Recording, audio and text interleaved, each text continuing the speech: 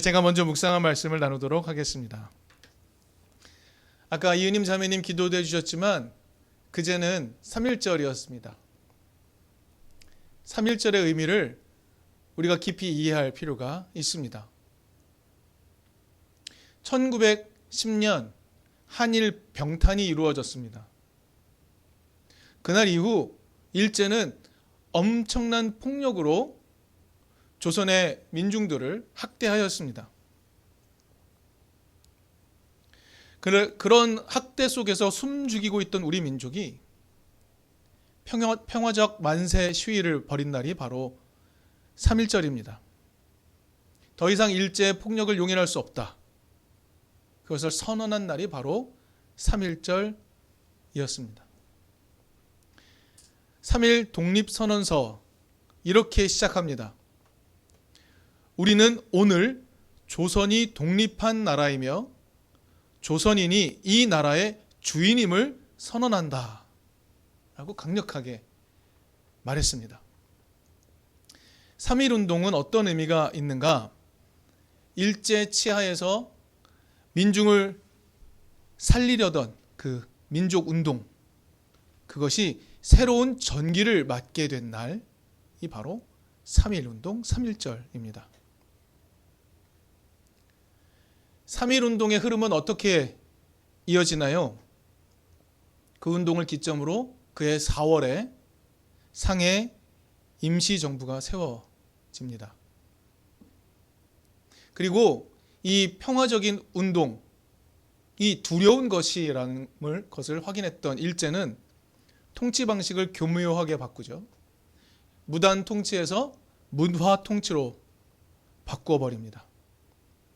우리 민족을 내부적으로 분열시키면서 통치하기 시작을 했습니다.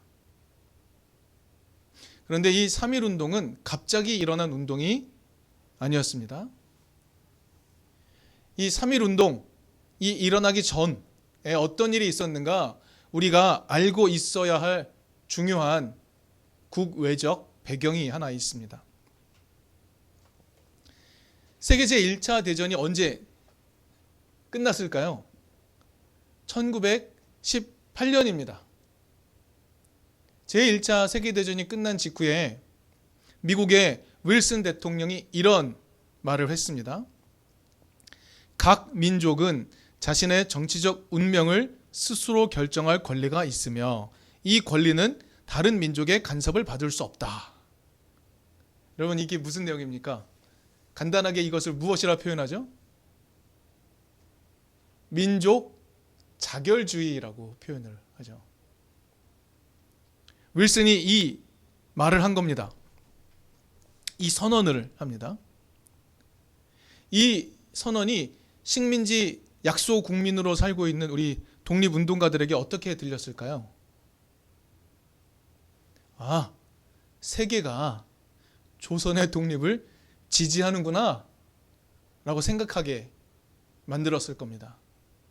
그리고 그것은 착각이라는 것이 나중에 드러나게 됩니다. 그래서 당시에 우리나라 독립운동가들은 여러 단체로 활동하고 있었거든요. 여러 독립운동가 그룹들이 1차 세계대전 이후에 이 전후 처리를 위해서 파리 강화 회의가 있었죠. 파리에 모여서 회의를 하는 그 자리에 여러 독립운동가 그룹들이 대표단을 보냈습니다. 그래서 조선의 상황을 세계에 알리려고 노력을 했죠. 그런데 우리가 알고 있습니다. 이 노력은 성공했습니까? 실패했습니까? 실패했습니다. 왜 그랬을까요? 윌슨 대통령이 말한 민족 자결주의는 어떤 것이었는가? 1차 세계대전의 패전국에 속해 있던 점령지 식민지를 스스로 자결할 수 있게 도와야 된다는 것이었습니다. 반대로 1차 세계대전의 전승국이 보유하고 있는 점령지 식민지에는 적용되지 않는 겁니다. 일본은 제1차 세계대전의 전승국 중에 하나였죠. 그러니 파리 강화회의에서 일제에 점령당했던 조선의 독립 문제는 거론되었을까요? 상정조차 되지 않습니다. 그렇다면 3.1운동은 실패한 운동이었습니까? 절대로 그렇지 않습니다. 3.1 만세 운동이 진행되던 중에 놀라운 구호가 등장했다고 합니다. 대한독립 만세만 있었던 것이 아니라 공화 만세라는 구호가 울려 퍼졌다고 합니다. 공화주의 어떤 것입니까? 더 이상 왕정이 아니다. 한 사람에 의해서 통치되는 나라가 아니다. 모든 국민이 자신의 권리를 누리며 살아갈 수 있다라고 말하는 것이 공화주의라고 할 수 있지 않습니까? 이 선언이 일어나기 시작한 겁니다. 3.1 운동의 영향으로 우리가 잘 아는 구호 있지요. 대한민국 헌법 제1조 2항에 나오는 모든 권력은 국민으로부터 나온다라는 선언 아시지 않습니까? 그리고 이것을 모토로 삼는 대한민국 임시정부가 출범하게 된 겁니다. 그것은 3.1 운동의 분명한 영향입니다. 모든 민중이 권리를 가지고 있다는 것, 모든 민중이 각자의 삶의 권리를 누릴 수 있다는 것, 이것이 3.1 운동이 가져온 결과 중에 하나인 겁니다. 저는 오늘 본문 이야기를 하기에 앞서서 우리 아픈 역사를 한번 잠시 훑어보았습니다. 이제 기독신앙이 어떤 것인가 좀 나누어 보려고 합니다. 기독신앙은 누군가에게 억압당하고 있는 이들에게 어떤 희망을 갖도록 초청하는가, 그 얘기를 한번 나누어 보려고 합니다. 오늘 본문이 등장하는 역사적 배경을 먼저 한번 살펴보도록 하겠습니다. 이집트를 탈출해서 시작된 이스라엘이란 나라가 위치한 곳이 어디입니까? 가나안 땅이라고 부르는 곳이죠. 그런데 이 가나안 땅은 굉장히 중요한 지정학적 위치라는 것을 우리는 알 수 있습니다. 왜냐하면 온 사방으로 거대한 문명들이 위치하고 있기 때문입니다. 북쪽으로는요, 무슨 문명이 있었습니까? 지금의 터키 지역 중심으로 한 히타이트 문명이 있습니다. 히타이트 문명은 최초의 철기 문명이라고 여겨집니다. 굉장한 문명이죠. 가나안 땅에 동쪽으로는 어떤 문명이 있습니까? 우리에게 너무 익숙한 메소포타미아 문명이 있습니다. 엄청난 문명이죠. 엄청난 힘을 가진 곳입니다. 그러면 가나안 땅의 서남쪽에는 어떤 문명이 있습니까? 이집트 문명이 있습니다. 이 세 문명이 서로 충돌하고 전쟁하고 각축전을 벌이는 곳이 어디였을까요? 가나안 땅이었습니다. 가나안 땅은 문명들이 만나는 곳이었고 전쟁터였고 교역로였습니다. 그런데 그 한가운데 야훼께서 히브리인들을 끌어내어서 이스라엘을 세우신 겁니다. 자, 그러면 출발부터 이스라엘은 매우 독특한 지정학적 위치에 있다는 걸 우리는 알 수 있습니다. 자, 그리고 이스라엘이란 나라, 어떤 원리로 살아가야 합니까? 이스라엘은 하나님과의 약속을 통해서 율법이라는 것을 받았습니다. 그리고 그 율법이 작동하도록 만들어야 합니다. 그 율법은 지배와 피지배 관계에서 이루어지는 것이 아니었습니다. 그 율법은 그런 지배 피지배 관계가 아니라 공평, 정의, 자비를 통해서 그 누구라도 삶의 기회를 얻을 수 있는 곳이어야만 했습니다. 그것이 야훼께서 이스라엘을 가나안 땅에 두신 이유였고 목표였습니다. 그래서 하나님은 몇 가지 조건을 내어 거셨죠. 하나님이 이렇게 말씀하셨습니다. 너희는 왕을 세워서는 안 된다라고 말씀하십니다. 왜냐하면 주변의 문명국들은 왕이 통치하는 곳이었기 때문입니다. 절대 권력을 가진 왕, 신의 위치에 함께하고 있는 왕, 그들이 다스리는 나라, 지배와 피지배의 관계, 엄격한 관계에 놓여 있는 나라, 그 나라들을 본받으면 안 되는 겁니다. 그래서 하나님은 이스라엘에게 왕을 두어서는 절대로 안 된다라고 말씀하셨죠. 그리고 이렇게 말씀하셨습니다. 너희들이 12개 지파가 있지 않는가? 그 12개 지파가 동일한 권한을 갖고 필요할 때마다 지도자가 등장하여서 위기를 극복해가는 삶을 살아라. 그 누구도 주도적으로 지배자의 위치에 앉지 말아라. 한 지파가 지도자가 되고 주도하는 지파가 되어서 살아가지 말아라. 평등하게 살아라. 이렇게 말씀하셨습니다. 처음에는 잘 지키는 것 같았죠. 그러나 시간이 가면서 그들은 왕을 요구하기 시작했습니다. 이스라엘은 하나님의 뜻을 거스르고 주변의 나라처럼 왕정을 선택하게 됩니다. 그렇게 해서 단일 왕정이 시작이 되죠. 세 왕이 존재했습니다. 사울, 다윗, 솔로몬. 이 세 왕의 기간 동안에 하나님의 뜻을 따라 공평과 정의로 다스려지는 세상을 만들었나요? 전혀 그렇지 못했습니다. 이 기간 동안에 이 왕들이 했던 일은 무엇이었습니까? 무력으로 주변의 약소국을 침범하는 것, 또 반대로 주변의 강대국들과 외교적 연대를 통해서 안전을 구하는 것, 이런 것들이었습니다. 이 지점에서 한번 생각해 보겠습니다. 강력한 지배자들이 펼치는 정책들을 통해서 이득을 얻는 이들은 누구일까요? 피해를 보는 이들은 누구일까요? 오늘 그것을 또 한번 살펴보려고 합니다. 다니엘 왕조의 마지막 왕 솔로몬이 죽고 기원전 922년에 이스라엘은 드디어 갈라지게 됩니다. 솔로몬이 사망한 다음에 남유다는 솔로몬의 아들 르호보암이 다스리게 되고 북쪽 이스라엘은 여로보암이 다스리게 되는 두 나라로 마침내 갈라지게 되죠. 그리고 오늘 본문에 등장한 왕이 한 명이 있었죠. 유다의 왕 아사 왕은 바로 그 르호보암의 손자가 됩니다. 부탁드린 대로 16장 앞부분을 잠깐 보면 이런 이야기가 나옵니다.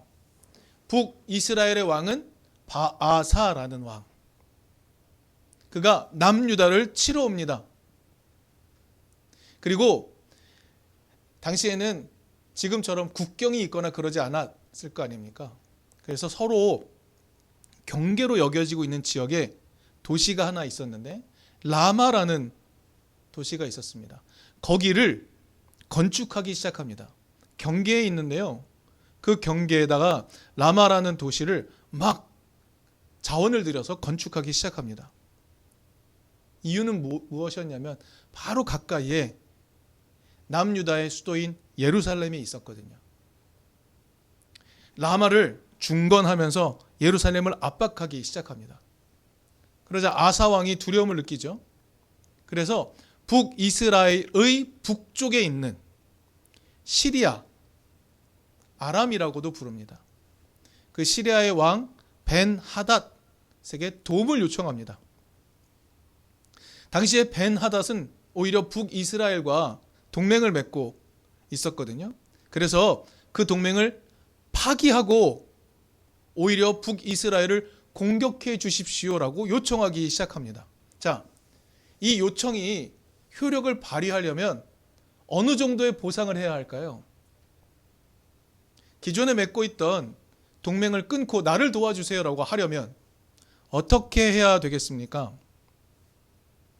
16장 앞부분에 이런 얘기가 나오죠. 이 일을 이루기 위해서 남유다의 아사왕은요, 민중으로부터 뜯어낸 재물, 엄청난 재물, 이것을 가져다 바칩니다.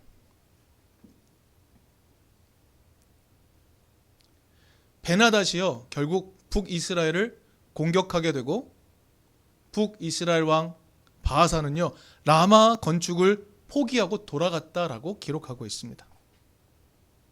그런데 그 라마에 엄청난 재료들을 갖다 놓았던 것 같아요. 그래서 남유다 왕 아사는요 바하사가 라마에 남겨놓은 온갖 재료들을 가지고 예루살렘 바로 근처에 있는 다른 도시 게바와 미스바를 중건하게 됩니다. 이번에는 이 남과 북의 경계에 가까이 있는 북이스라엘의 수도인 베델을 압박하기 위해서였습니다. 여기까지가 오늘 본문이 가지고 있는 역사적 배경이며 전개입니다. 여러분, 이런 행동들 어떻게 보이십니까? 아사 왕의 이러한 결정들 어떻게 보이시나요? 지극히 상식적인 정치 행위 같아 보이지 않습니까? 외교를 이용하는 것 상식적인 것처럼 보이지 않습니까? 자국의 힘이 부족하니까 비용이 들더라도 외부의 힘을 빌려서 자신들의 안전을 도모하는 것 당연해 보이지 않습니까? 이런 일은 오늘날에도 비슷하게 벌어지고 있는 것 아닙니까? 그런데 오늘 본문에서 하나님은 전혀 다른 평가를 하고 계십니다. 오늘 본문의 내용입니다. 선견자, 원어로 선견자는 어떤 의미냐면요, 보는 자라고 되어 있습니다. 미리 보는 자이겠죠. 선견자 하나니라는 사람을 남유다 왕 아사에게 보내십니다. 그리고 이렇게 꾸짖으시죠. 주 임금님의 하나님을 의지하지 않고 시리아 왕을 의지한 것 잘못되었습니다. 어리석은 행동입니다. 라고 꾸짖습니다. 결론적으로 아사 왕은 엄청나게 분노했다라고 등장을 하죠. 그런데 하나니의 이 지적은요, 아사 왕이 일관성 없다라는 것을 지적하고 있는 것이었습니다. 일관성이 없다는 것. 우리는 역대하 14장으로 조금 넘어가 볼 필요가 있습니다. 역대하 14장 2절에 이런 이야기가 나옵니다. 아사 왕은요, 주 그의 하나님이 보시기에 좋은 일, 올바른 일을 하였다라고 기록합니다. 하나님이 보시기에 좋은 일, 올바른 일은 어떤 일입니까?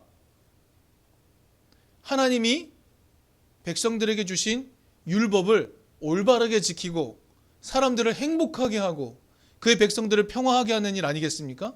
성경은 이런 평가를 하고 있었습니다. 아사 왕은 그런 왕이었습니다. 4절에 이렇게 나옵니다. 그는 또 유다 백성에게 명령을 내려서 주 조상들의 하나님의 뜻을 찾고 하나님의 율법과 명령을 실천하게 하였다라고 기록하고 있습니다. 좋은 왕이죠. 좋은 왕입니다. 그래서 유다 땅에 평화가 있었다라고 기록을 합니다. 7절입니다. 우리가 주 하나님을 찾았으므로 주님께서 사방으로 우리에게 평안을 주셨습니다. 이렇게 기록하고 있습니다. 그런데 이 평화를 위협하는 일 하나가 벌어집니다. 8절로 넘어가면 성경은 이런 표현을 합니다. 아사 왕에게 군대가 있었는데 30만 명이 있었다라고 기록합니다. 그런데 9절에서 갑자기 에티오피아 사람들이 이스라엘, 유다를 공격했다는 사실을 기록합니다. 그런데 에티오피아가 데려온 군인의 수는 얼마였습니까? 100만이었습니다. 100만 대군을 이끌고 쳐들어온 겁니다. 이제 아사왕이 기도하기 시작합니다. 아사왕은 어떤 왕이었습니까? 정의와 공평을 이룬 왕이었습니다. 좋은 왕이었습니다. 옳은 일을 하는 왕이었습니다. 하나님을 섬기라고 백성들에게 명령했던 왕이었습니다. 하나님 뜻대로 살자고 이야기했던 왕이었고, 그래서 평화를 만들어냈던 왕이었습니다. 그 아사왕이 하나님께 도움을 요청하며 기도합니다. 그리고 14장은 하나님이 그 기도에 반응하여서 믿을 수 없는 승리를 가져다 주었다라고 기록하고 있습니다. 그런데 16장에서 아사 왕의 태도는 어떠합니까? 북이스라엘의 공격에 대해서 하나님께 의지하기는커녕 오히려 민중들의 자존심이라 할 수 있는 성전, 그리고 자기 왕실 탈탈 털어서 비굴한 외교적 노력을 기울이며 위기를 모면합니다. 그리고 아사 왕은 이러한 결과를 자신의 자랑스러운 업적으로 삼았습니다. 하나님을 의지하고 하나님 뜻대로 사는 방법은 포기하고 외교적 노력과 힘을 의지하여서 위기를 돌파하는 것, 이것을 자신의 자랑으로 삼은 겁니다. 그러자 하나님은 하나니를 보내십니다. 이렇게 말씀하시죠. 하나님을 의지하지 않는 태도, 하나님의 뜻 구하지 않는 태도. 이전에는 하나님의 뜻을 따르면서 하나님께 도움을 구하면 승리를 얻을 수 있었는데 더 이상 그 길을 따르지 않는 그의 태도, 그런 태도는 어리석은 것이라고 지적한 겁니다. 우리가 10절에서 봤듯이 아사왕은 참을 수가 없어서 이 하나니를 감옥에 가둬버렸다라고 이야기합니다. 그리고 10절에는 이런 말을 합니다. 그때 아사는 백성들 가운데서도 얼마를 학대하였다. 백성들을 학대하였음을 시사하고 있습니다. 사랑하는 이든교회 교회 여러분, 하나님은요, 이러한 지배자, 백성을 학대하는 지배자의 등장을 절대로 원하시지 않았습니다. 하나님은요, 누구도 지배자의 압박으로 인해 희생당하는 그런 세상을 원하지 않으셨습니다. 그러나 이스라엘은 기어이 지배자를 세웠죠. 결국 그 지배자는 하나님의 뜻을 거절합니다. 그리고 자신의 상식, 자신의 이해, 자신의 능력을 가지고 세상을 살아가려고 하죠. 자, 그럴 때마다 고초를 당하는 사람들, 학대를 당하는 사람들은 누구였습니까? 바로 백성들이었습니다. 아까도 살펴봤지만 하나님은 왜 이스라엘을요, 열강들, 그 문명들의 한복판에 위치시키셨을까요? 그 위치가 가르쳐주는 것은 어떤 것일까요? 그 위치에 있는 동안에는요, 그 어떤 외교적인 노력도, 그 어떤 정치적인 동맹도 평화와 안전을 보장하지 못한다라는 것을 근원적으로 알도록 하기 위함이었습니다. 그 동네에 사는 동안은 그 어떤 외교적 노력도, 그 어떤 정치적 동맹도 우리에게 영원한 평화와 안전을 보장하지 못한다라는 것을 그냥 알게 되는 겁니다. 그 동네에 사는 동안. 그래서 하나님은요, 이스라엘 백성을 그곳에 보내셔서 어떤 실험을 해보라고 하셨냐면 공평과 정의와 자비의 하나님의 뜻을 펼치는 것으로 살아가는 실험을 해보라고 그곳에 보내신 것이었죠. 그 당시나 지금이나 사람들은요, 말랑한 시도를 별로 좋아하지 않습니다. 공평, 정의, 자비, 그런 것으로 나라가 설 수 있겠어? 각 사람들의 삶의 자리를 확보해 주는 것, 각 민중들이 공화적인 태도로 한 사람의 생명을 보장해 주며 살아가는 것, 그런 것들, 그런 말랑한 것들이 가능하겠어? 라고 생각하기 십상입니다. 오히려 힘을 가진 자들끼리 잘 타협해서 적극적인 외교를 펼치고 동맹을 해가면 문제를 해결할 수 있지 않아? 그게 진짜 방법이야. 이렇게 생각하기 십상이죠. 오늘 우리는 3.1 운동을 먼저 살펴보았습니다.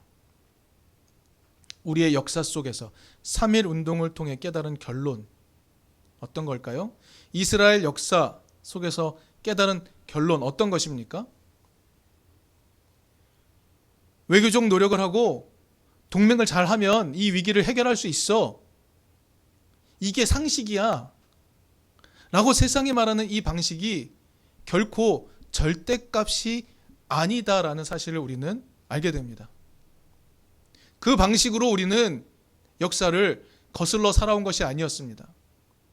우리는 3.1운동이라는 방식으로 평화적인 만세운동으로 새로운 세상을 열어가기 시작했던 것입니다. 그 말랑한 방식이 세상을 바꾸기 시작한 것입니다. 강력한 힘으로 세상을 바꾸기 시작한 것이 아니라 평화를 사랑하고 생명을 사랑하는 것, 그 운동으로 말미암아 세상이 바뀌어지기 시작한 것이죠. 세상이 바뀌는 방식은 세상이 말하는 것과 정반대의 방식입니다. 민중이 나라의 주인이라는 것을 선언하게 된 것 3.1운동의 결과였습니다. 모든 권력은 국민으로부터 나온다라고 선언하게 된 것 3.1운동의 결과였습니다. 그런 삶이 상식이 되는 세상, 그 세상이 바로 희망의 세상이야 라고 말하기 시작한 거죠. 3.1운동이 우리에게 보여준 것은 바로 그것입니다. 그러나 오늘 우리의 삶을 돌아봅니다. 오늘 우리의 삶에 헌법 1조 2항처럼 모든 권력은 국민으로부터 나온다라는 이 구호가 제대로 작동하고 있습니까?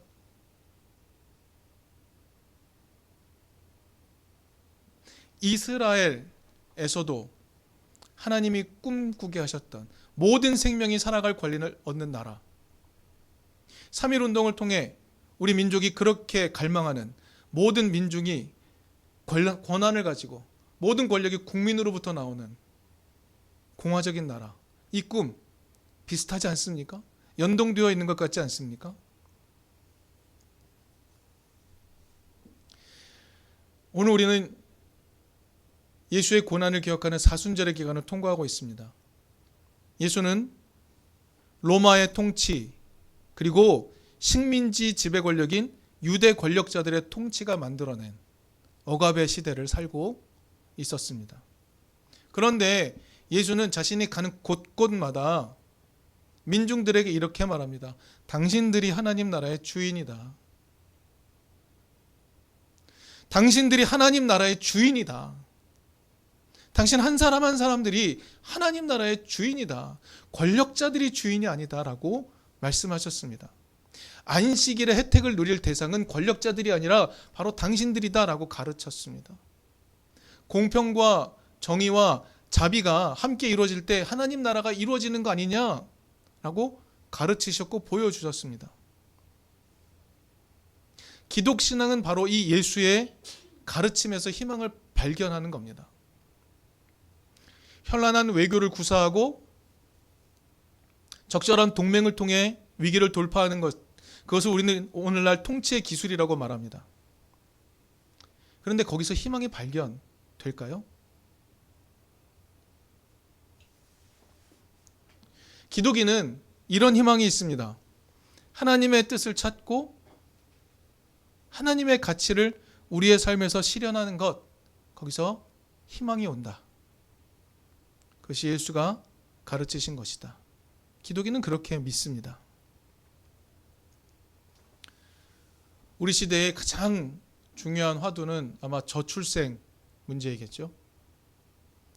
저출생 문제를 돈으로 해결할 수 있습니까? 돈 많이 쓰면 저출생 문제 해결됩니까? 희망이 있습니까? 권력자들이 내놓는 정책마다 희망이 없다라고 탄식하는 게 우리의 모습 아닙니까? 그러면 어떻게 해야 이 문제를 근원적으로 해결할 수 있을까요? 저는 이렇게 믿습니다. 젊은이 누구라도 자신의 모습대로 충분히 살아갈 수 있는 세상, 우리가 그 세상을 살 수 있구나 라는 희망을 심어 주어야만 저출생의 문제도 해결될 수 있지 않을까요? 내가 내 모습으로 살아갈 수 있구나. 내가 한 명의 국민으로 살아갈 수 있구나. 내 삶이 존중받는구나. 이런 나라가 되어야 가장 시급한 저출생의 문제도 해결되는 것 아닐까요? 예수가 보여준 세상, 하나님의 뜻에 따라 자비를 베풀어가는 세상, 그래서 우리의 삶의 구현해 가는 것, 말랑한 이야기처럼 들리고 먼 길 돌아가는 것처럼 보입니다. 그러나 마침내 그 길이 하나님 나라에 가 닿을 겁니다. 그 길이 유일한 길이고 그 길이야말로 지름길이라고 할 수 있습니다. 정치적 술수를 통해서 하나님 나라를 만들어내는 게 아닙니다. 하나님의 뜻을 따르는 삶이 하나님 나라를 만들어낸다는 것을 기억하기를 바랍니다.